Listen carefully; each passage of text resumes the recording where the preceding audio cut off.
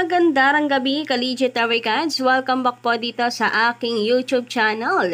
Ang mainit nating update ngayong gabing ito ay pumapatungkol dito sa pagkapanalo ng TVJ sa kanila pong inilabang kaso sa Regional Trial Court ng Marikina. Wala nga pong iba kundi ang Writ of Preliminary Injunction and unfair competition, copyright infringement, KOC. At dahil dyan, isa sa mga kabayaran, hindi lang Collegiate Americans ang pagpapalit ng titulong Itbulaga ang kabayaran, KOC, kundi magbabayad po talaga sila ng danyos. Sapagkat kanila nga pong inireplay ang episodes ng Itbulaga nung panahon na umalis ang TVJ, KOG. Hindi kasi nakapag-prepare ang Tape Inc. So, nireplay nila yung mga past episode, nakita po ang mukha ng TVJ nang wala pong pahintulot sa kanila na kanilang ire-replay ito. Kesyo ang katwiran nila, sila ang Itbulaga, kanila ang Itbulaga. So, ang mga episodes ng Itbulaga ay kanila rin. Kasi nga, kanilang pinagdidiinan na bayad ang TVJ sa lahat ng kanilang ginagawa araw-araw. So, walang karapatan ang TVJ di umano na habulin ang mga iyon dahil bayad nila ito, empleyado daw nila ang mga ito. Wala naman pong kontrata na maipakita na kanilang empleyado ang TVJ. So, base po sa nabasa natin itong mga nakaraan and mga narinig po nating balita, lalo na kay Models of Manila tungkol po dun sa independent contractor na anuman ang gawin ng TVJ, since sila ay independent contractor, lalong higit itong si Joey De Leon ay hindi ito po pwedeng pakalman. Siya ang may-ari ng anumang kanilang ginagawa dahil sila ay independent contractor. And yun naman yung nangyayari sa kanila mulat sa pool, na talagang hindi nakikialam ang Tape Inc. sa ginagawa po ng TVJ. Ngayon lang nakikialam sila. Noong naging naging chairman itong si John Haloshos, nakoy panigurado ang Tape Inc. ay kagulo. Nagsisisi na kanilang inuupo si John Haloshos dito sa Tape Inc. At pinaretiro itong si Tony Toviera. Napakaganda ng Itbulaga, maayos, wala pong problema. Kaso, kinutingting pa ng kinutingting, ayan. Masyado nagmamagaling na akala nila ay mapapaayos nila. Maayos lahat. Ang problema, ang legacy ng Itbulaga ay hindi na po magiging kanila. So, magkaroon man sila ng successful show in the future, hindi ko isinasantabihan, ka-OG, dahil sila ay nasa malawak na network. Pera na lang kung ang GMA Network ay ayaw na rin makipag-partner sa kanila, di ba? Ang advantage naman natin, nasa atin po ang legacy ng Itbulaga. Matutupad ng TVJ ang kanilang pangarap, ka-OG, na makapag-celebrate ng 50 years. So, totoo lahat ng kutob natin, ang hinala natin na magiging maganda ang ating 2024, ka-OG, na muling magagamit ang TVJ ang titulong Itbulaga, na mapapahinto na rin sa wakas ang Tape Inc. Konting hinga na lang, konting tulog na lang, at mapapatigil na rin ang Tape Inc. sa paggamit ng titulong Itbulaga. So, kumbaga ito lang ang tanging paraan at tanging solusyon para mapahinto ang Tape Inc. Totoo ang mga lumalabas na balita. Sabihin man na parang pinangungunahan, pero kutob kasi ito ng marami. Base na rin sa naging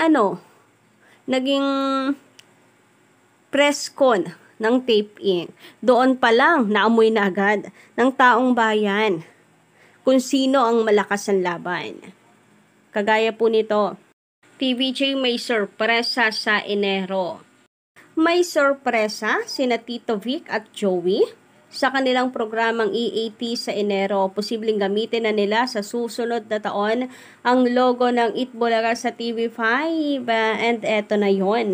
Naganap na Kaligya Tarvikads at bukas abangan natin kung ready na talaga ang bagong logo nila. Gagamitin na nila yan bukas. Kung ready na rin ang bagong team song, gagamitin na nila yan bukas sapagkat wala na pong makakahadlang sa kanila. Bakit? May rito preliminary injunction ng tape. Kinansela ng IPO ang kanilang trademark for merchandise. Plus meron pa sa Henyo Master Joey De Leon na Classification 41 which is for entertainment. So ano pa ba? Ano pa? Yung apela ng taping ang makakahadlang sa TVJ? Kakasuhan nila ang TVJ pag ginamit nila ang titulong Itbulaga? Sila nga tong may writ of preliminary injunction. Sila nga tong tinanggalan, 'di ba, ng trademark. So kung all set na lahat, Kaligya Tarvikads, at iniintay lang ang desisyon ng Regional Trial Court, nako bukas ay mangyayari na ang atin pong inaabangan. Sabi pa dito, kasunod ito ng desisyon ng Intellectual Property Office of the Philippines na ibinasura ang apela ng television and production exponent Tape Inc. hinggil sa trademark application ni Joey De Leon sa entertainment services ng Itbulaga. Hawak rin ng TVJ ang trademark ng Itbulaga para sa commercial purposes. Ayon sa source ng Abante, posible sa una o ikalawang linggo ng Enero na gagamitin ng TVJ ang logo ng Itbulaga sa TV5. So, wala pang pangalawang linggo. Unang linggo pa lang ito, ka-OG. Grabe nga naman. Maraming salamat 2024. Grabe. Buena mano. Sa taon natin na ito, ang pagkapanalo natin sa Regional Trial Court.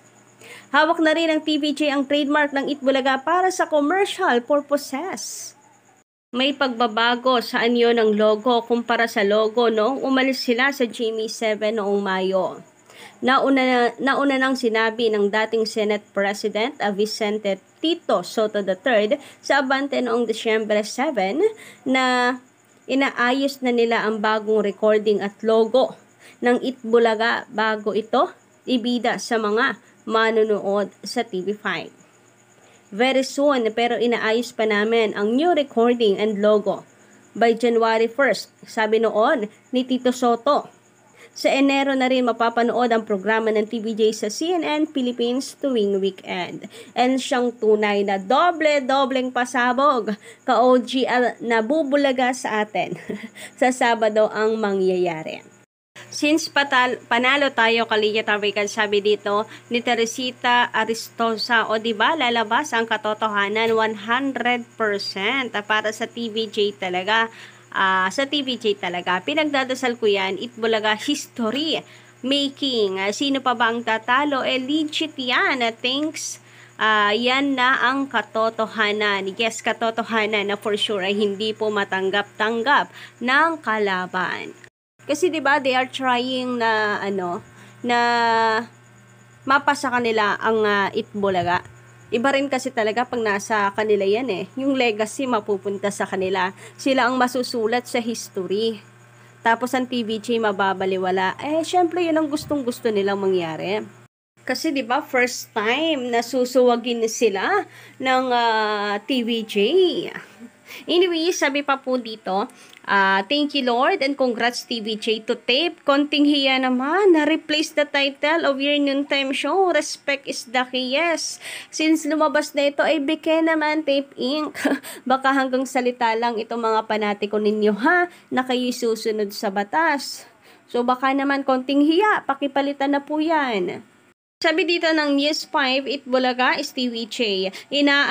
Inatasan ng Marikina Regional Trial Court Branch 273 ang television and production exponent.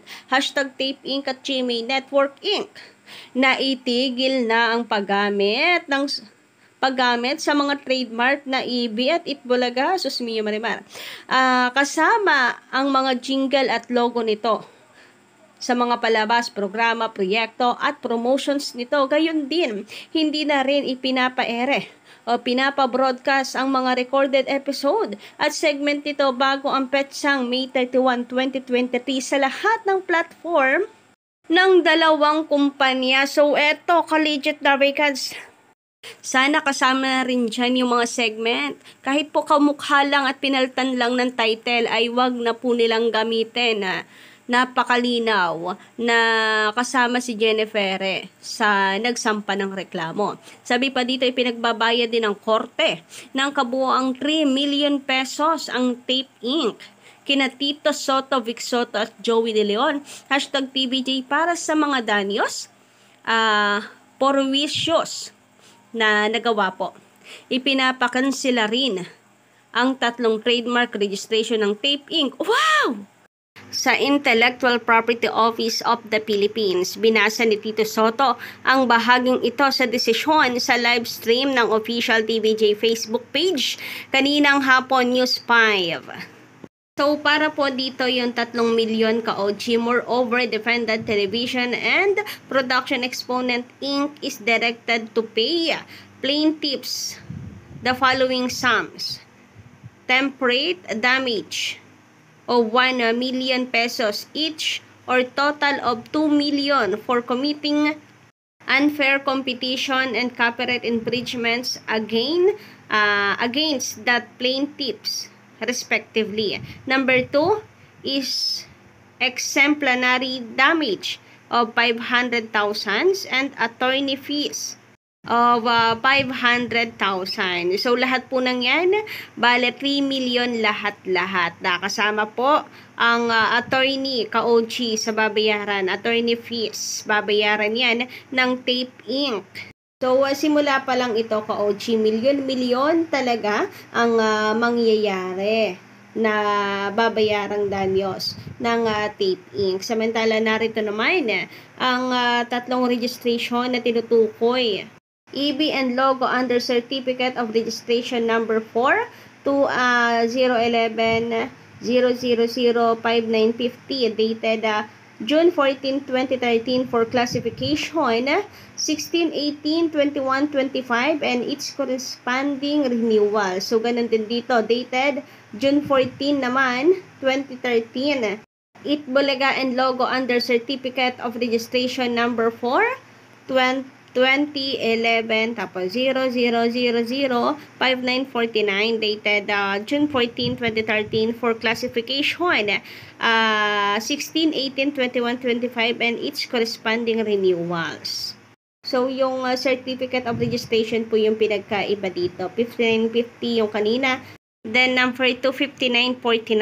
And then, ang number 3 ay registration number. Yung dulo po ay 5951. And kasama ang mga corresponding renewals. Diba? Napakagandang balita. Sabi naman dito ni Manolito Pama de Leon, okay, go eat Bulaga. EAT Pamor, Bulaga Pamor. The best ang samahan nyo, the Records TVJ. Happy new work and keep up the good work. We are proud. Making in the history. Sabi pa dito, goodbye Tape Fake. Hello prison bars. Hope you will suffer the consequences of your actions. Satan on you. Ayun na. Huwag na makapal ang mukha nyo, Tape. At kontis, naku po, respeto sa batas naman. Palitan nyo na. Ba't kayo natatakot? Accept the truth.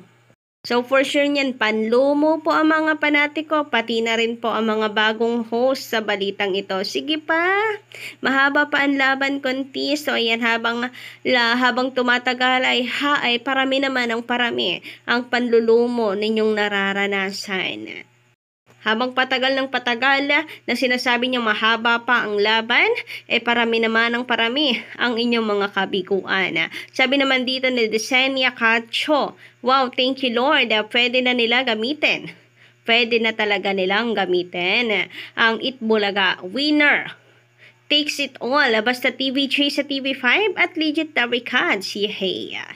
Bakit po pag hanggang ngayon, 2024 na ginagamit pa rin nilang Itbulaga na logo nito? Ano ba ang totoo? Bypass lang ba? At walang pagsunod sa batas? Dapat panindigan ng batas yung resolution nila. So ngayon, talagang susunod na sila. Dahil kung hindi, baka makasuhan sila ulit ng TVJ. Dahil labag yan. Labag na talaga. Dahil may writ of preliminary injunction na sila ngayon and no reason na para hindi nila palitan ang titulong Itbulaga. So yun lang muna guys ang update natin sa gabing ito. Don't forget to click the subscribe button and notification bell for more updates.